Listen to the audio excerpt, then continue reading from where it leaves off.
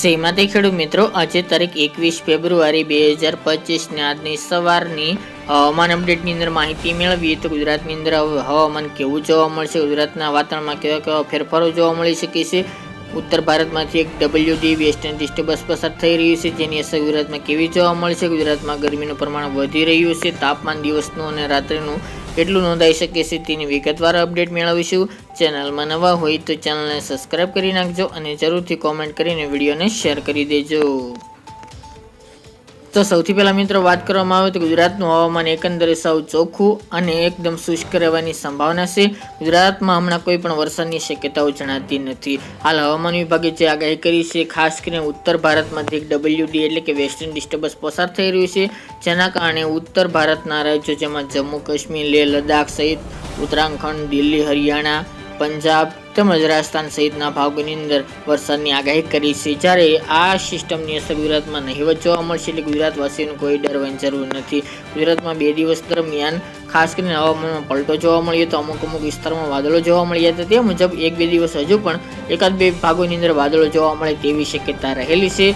બાકી ગુજરાતના હવામાનમાં કોઈ પણ મોટા ફેરફાર થાય તેવી શક્યતાઓ જોવા મળશે નહીં। તેમજ મિત્રો અમુક જગ્યાએ વાદળો જોવા મળશે, બાકી ગુજરાતમાં કોઈ વરસાદની સંભાવના નથી, એટલે કોઈ ખેડૂત ભાઈની ડરવાની જરૂર નથી। ખાસ કરીને મિત્રો અત્યારે ગુજરાતની અંદર આમ ગણવા જઈએ તો શિયાળાની વિદાય થઈ ચૂકી છે અને મોટાભાગના ભાગોની અંદર 35 ડિગ્રી ઉપર તાપમાન નોંધાઈ રહ્યું છે। ખાસ કરીને અત્યારે અરબી સમુદ્રમાં એક પરેખ સાયક્લોનિક સર્ક્યુલેશન અહીંયા બને એટલે ખાસ કરીને ગુજરાતની અંદર હવે સિસ્ટમ અહીંયા બને એટલે આવી રીતે પવનની દિશા થતી હોય છે, જેના કારણે ગુજરાતમાં ઉત્તર પૂર્વના પવનોને બદલે આરબ દેશના પવનો જોવા મળતા હોય છે, જેથી ગુજરાતમાં હવે ગરમ પવનો જોવા મળશે, આરબ દેશના પવનો, એટલે ગુજરાતની અંદર ધીરે ધીરે તાપમાન વધે અને ગરમી જોવા મળે તેવી સંભાવના રહેલી છે। છેલ્લા ઘણા દિવસથી ગુજરાતમાં ગરમીનું પ્રમાણ બહુ દરમિયાન જોવા મળી રહ્યું છે અને તાપમાન પણ ધીરે ધીરે ઊંચું જઈ રહ્યું છે અને ઘણા બધા ભાગોની અંદર 35 તો 35 પ્લસ પણ તાપમાન નોંધાઈ રહ્યું છે।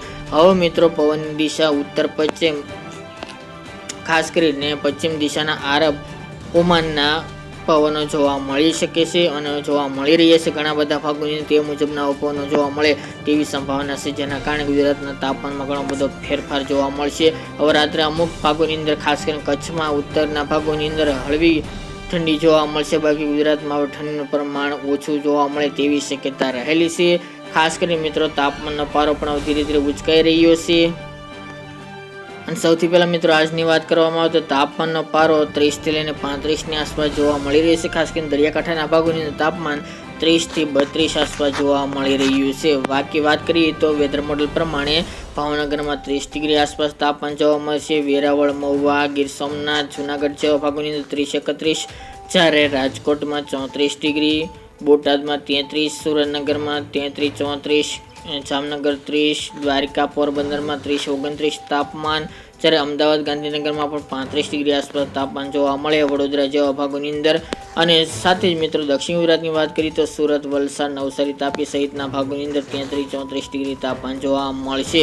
આગામી દિવસમાં હજુ પણ તાપમાનમાં વધારો થાય તેવી સંભાવના રહેલી છે। ઉત્તરની વાત કરીએ તો મહેસાણા, પાટણ, વાવ, થરાદ એ વિસ્તાર, પાલનપુર, ડીસામાં 33-34 ડિગ્રી આસપાસ તાપમાન જોવા મળે તેવી શક્યતાઓ રહેલી છે। તો મિત્રો ખાસ કરીને તાપમાનમાં ઘણો બધો ઉલટફેર જોવા મળશે, ઘણા બધા ભાગોની તાપમાનનો પારો ઊંચો જઈ શકે છે, જેના કારણે ખાસ કરીને ગુજરાતમાં ગરમીનું પ્રમાણ વધી શકે છે। કચ્છના નલિયામાં 30, 31, 32, 33, ખાવડા હોય, ગાંધીધામ સહિતના ભાગોની અંદર પણ તાપમાનનો પારો 30 થી 32 ડિગ્રી સેલ્સિયસ સુધી જોવા મળે તેવી સંભાવના રહેલી છે। જ્યારે મિત્રો રાત્રિના તાપમાનની વાત કરવામાં આવે તો જેમની અંદર આજથી ઘણો બધો ફેરફાર જોવા મળશે, 20 ડિગ્રી ઉપર તાપમાન જોવા મળે રાત્રિનું તેવી સંભાવના છે।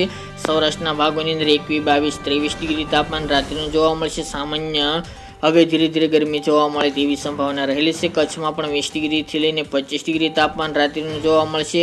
ઉત્તર ગુજરાતની અંદર 20 આસપાસ 21 ડિગ્રી, મહેસાણા, પાલનપુર, ડીસામાં, અમદાવાદ, ગાંધીનગર જેવા ભાગોની અંદર પણ તાપમાનનો પારો 18 થી 21 ડિગ્રી આસપાસ, અમુક જગ્યાએ 19 ડિગ્રી જોવા મળશે। વડોદરા, ગાંધીનગર, પૂર્વ ગુજરાતની અંદર દાહોદ, ગોધરામાં પણ 19-20 ડિગ્રી તાપમાન જોવા મળે હવે રાત્રિનું તેવી સંભાવના રહેલી છે। મોટાભાગના દક્ષિણ ગુજરાતના ભાગોની અંદર પણ 20 થી 23-24 ડિગ્રી તાપમાન જોવા મળે તેવી સંભાવના દેખાઈ રહી છે। તો મિત્રો હવે ગરમી માટે તૈયાર રહી જાવ, ગુજરાતમાં ઉનાળાની શરૂઆત થઈ ચૂકી છે। આમ ગણવા જઈએ તો ઉનાળુ પાક માટે સમય ગણી શકાય તો આ ગણી શકાય, કારણ કે 20 થી લઈને 10 માર્ચ સુધી ઉનાળુ ગમે તે વાવેતર કરી શકાય. આ સમય તેના માટે બેસ્ટ ગણી શકાય મિત્રો, કારણ કે હવે ઉનાળુ પવન થઈ ચૂક્યા છે ઘણા બધા ભાગોની અંદર. હવે આગામી દિવસમાં તે પણ સેટ થઈ જશે તમામ ભાગોની અંદર. આ ગુજરાતમાં હવે ગરમીનું પ્રમાણ વધતું જોવા મળશે. બપોર દરમિયાન પણ માર્ચે વિચાર ગરમી જોવા મળી રહી છે. આગામી દિવસમાં હવે કોઈ પણ ફેરફાર હશે તો માહિતી આપતા રહીશું. હવે મિત્રો ગુજરાતમાં ઉનાળાની શરૂઆત ગણી શકાય. ગરમી માટે તૈયાર રહેજો. હીટવેવના રાઉન્ડ પણ આવી શકે છે, તેની અપડેટ પણ આપતા રહીશું. આ હતી મિત્રો આજની વહેલી સવારની અપડેટ. ફરી એક નવી સાથે મળીશું.